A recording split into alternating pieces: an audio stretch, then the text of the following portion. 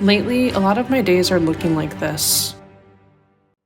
I fell out of my fitness routine about a year ago, and I haven't even been to the gym in 9 months. Now, I have my reasons, of course, but ultimately, a super sedentary lifestyle just doesn't make me feel my greatest, both physically and emotionally. I don't feel like I'm thriving, it isn't who I want to be in the long run, and the dissonance is really starting to get to me. So it's time to do something about that.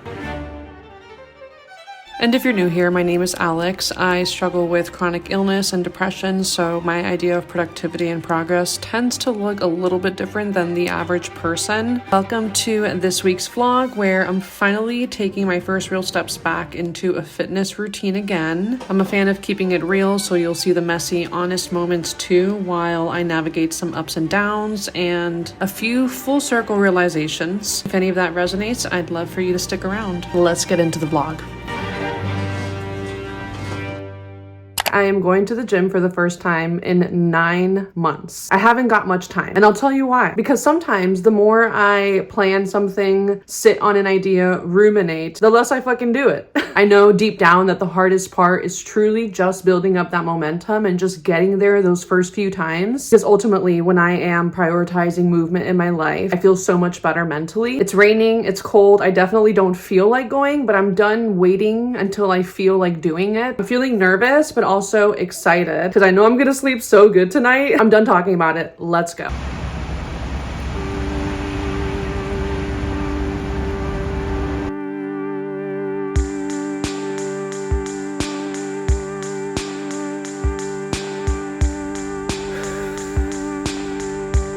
Just gotta do it.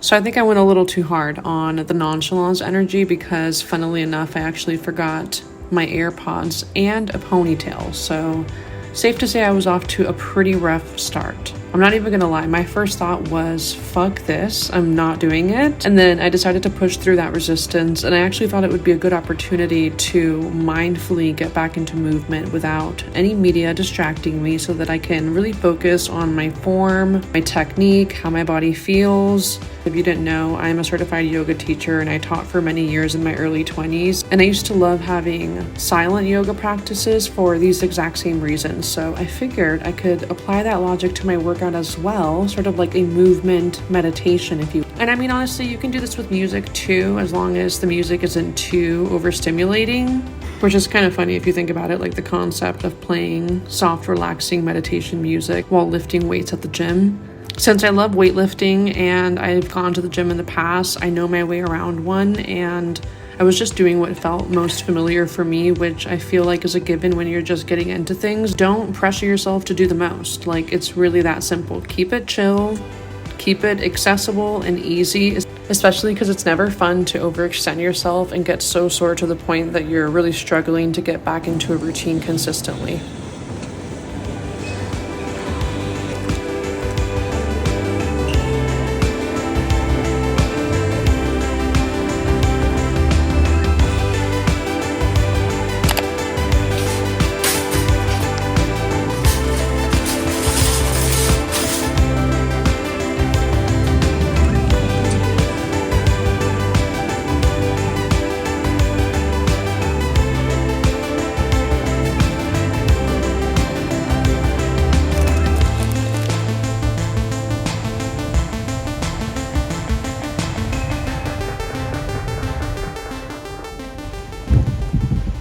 Not my Fitbit reminding me to move. Like, fucking chill. Hustle culture got you down bad too. Anyway, let me show you what I got at Trader Joe's.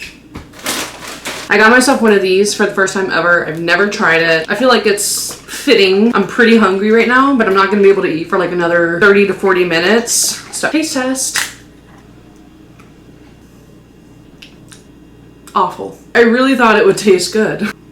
I mean, it's not the worst. You can taste the banana and the nutty flavor. There's also like a powdery aftertaste that I don't love. How many grams of protein? 320 calories, 14 grams of protein. I don't think I'd buy this again, but I'm gonna drink it. I love having apple juice, especially because I really don't have that many sweets. So sometimes I feel like I'm gonna fucking faint, and it's really just because I need some sugar. So having apple juice around is really helpful, and I always get the unfiltered version. It's so much better.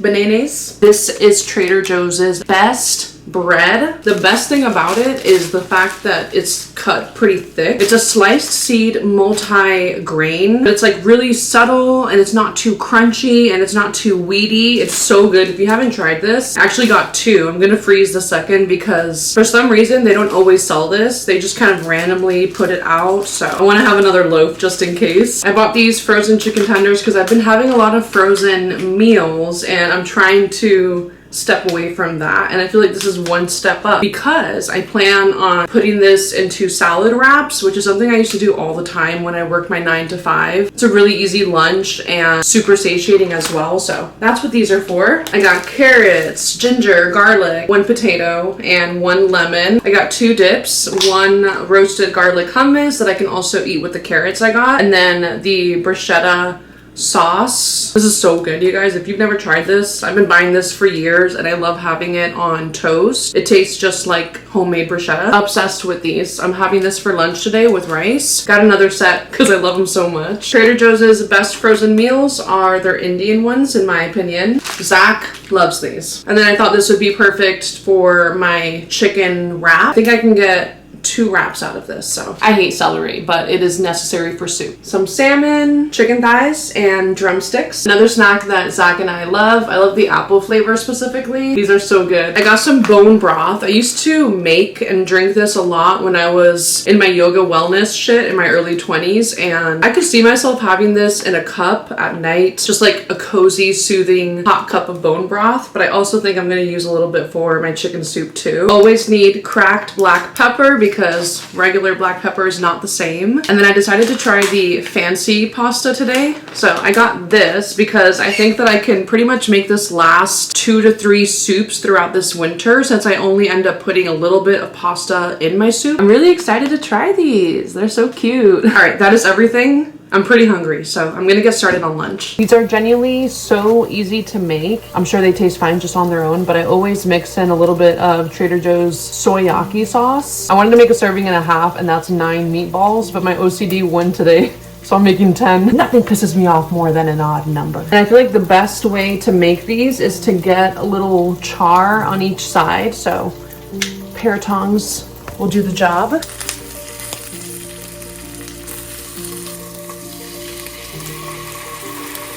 If you're like me and you don't want to eat it dry, but you don't have any teriyaki sauce, I'm sure that soy sauce would create a very similar effect. Soy sauce and a sweetener like brown sugar or honey is pretty much teriyaki sauce.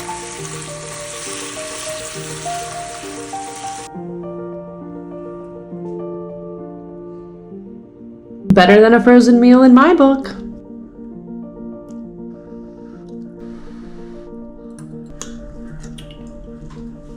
Do you also do the happy dance when food just hits?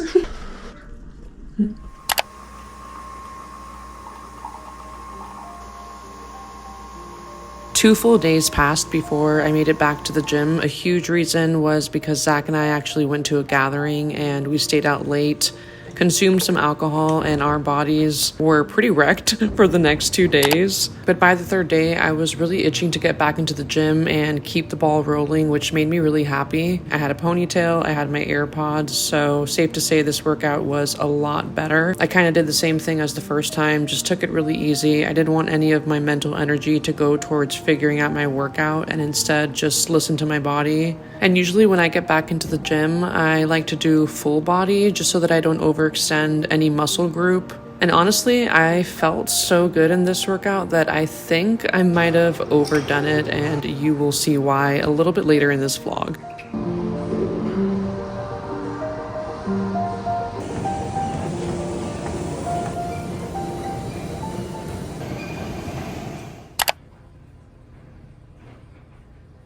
Good morning. I am really sore. I'm really sore. I don't think I can work out today. I tend to get really sore, and it's very possible that I overextended myself. I like Googled it, and apparently it's best to almost make your workouts too easy when you're just starting off again. I definitely don't think I did that. Like, I felt the challenge for sure. I think I'm experiencing something called DOMS, or delayed onset muscle soreness, which is something I deal with every single time that I get back into fitness. I can never tell how much of it has to do with my potential mild chronic fatigue, because I know that if you have chronic fatigue syndrome, you can struggle with something else called PEM, post-exercise malaise. Sorry if I'm getting that wrong. So yeah, today's looking to be a rest day. I still want it to be active, and I have a lot of cleaning and tidying up to do around the apartment, so I will just take advantage and do that instead. I always bust a sweat cleaning anyways. I do have a steak in the freezer still from when I was on my period. Last month I bought a steak, and I think I'm gonna make that tonight. Sort of treat myself a little bit.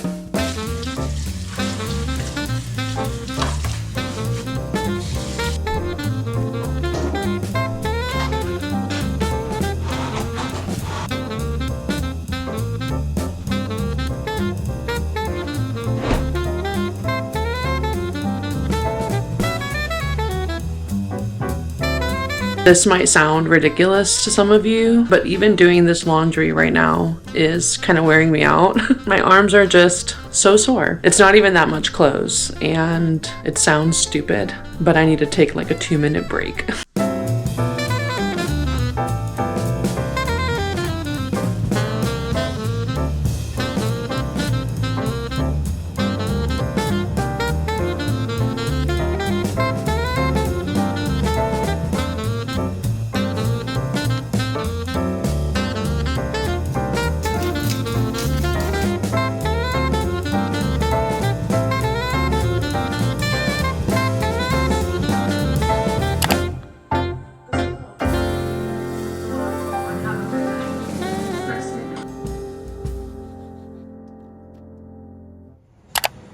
All right, guys, keeping it real with you. At this point, I was really struggling with the level of muscle soreness I was experiencing. And looking back, I was unsure if I should still continue to rest and recover just because I was so sore. But I was actually really craving movement and really craving weightlifting, which again, I feel like is a great sign. Even if you have 10%, and you give 10% that day, then you are giving 100%. And that's what I wanted to give this day, even though I did feel like I was on low battery. So yeah, that explains the lack of clips and why I might look a little low energy in these clips, but I'm still really proud of myself for getting out there.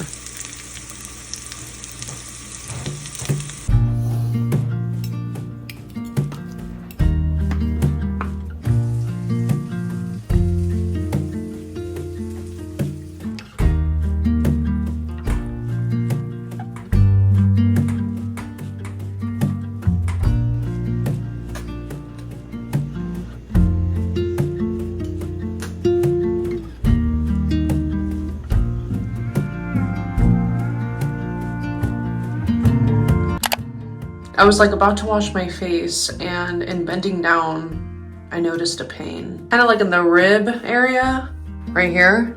I noticed it earlier, but I feel it a lot more when I'm like bending down. It's pretty painful, I'm not gonna lie. I usually rate my pain on like how debilitating or distracting it feels, and I feel like it's sitting at a 6.5 or 7 right now.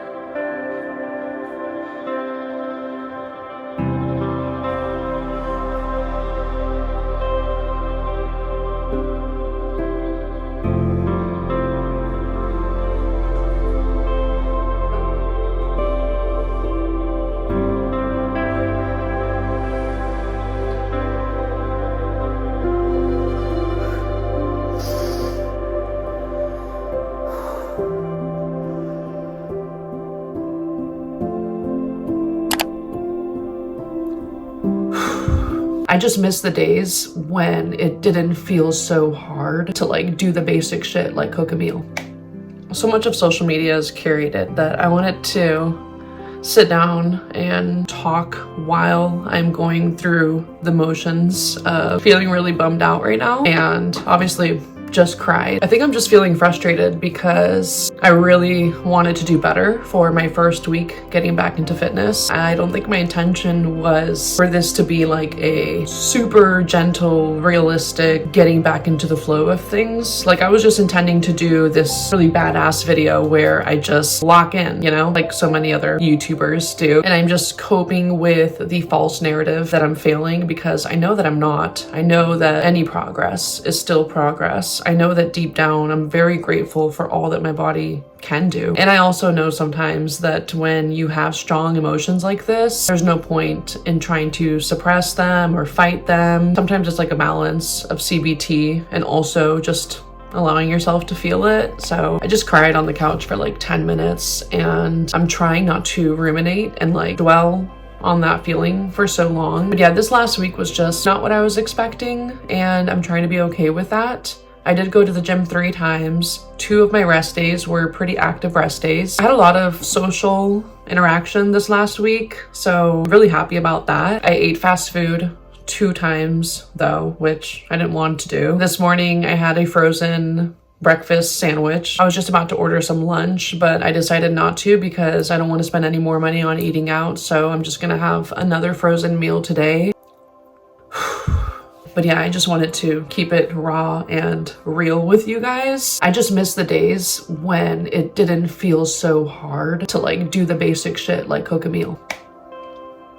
But I'm also trying to remind myself that I often go through ebbs and flows. Just because it's hard for me right now doesn't mean that it will be hard for me for the rest of my life. I'm trying to stay open and leave room for growth and not cement these limited beliefs into my mind. And overall, I am still really proud of myself for taking that first step and getting to the gym 3 times out of the week. And like I mentioned earlier in the video, by the 3rd time, I actually really wanted to get there. And I do still to this day. If I wasn't so sore, I'd be going to the gym today. But I'm in Spain and the S is silent, so we're not having a good time, and I know that I just need to rest. This is gonna sound so cliche, but it's actually wild how much of life is a balancing act. Like, at what point do I honor myself and rest? At what point do I challenge myself and push myself? I really see balance and me learning how to navigate it and let go of shame being a huge theme in my life as I go into my 30s. I don't have any inspirational message or conclusion other than this is just real life. If you relate in any way, I'm sending you love, and I'd love to hear from you in the comments as well. Thanks again for watching, and I will see you guys next week.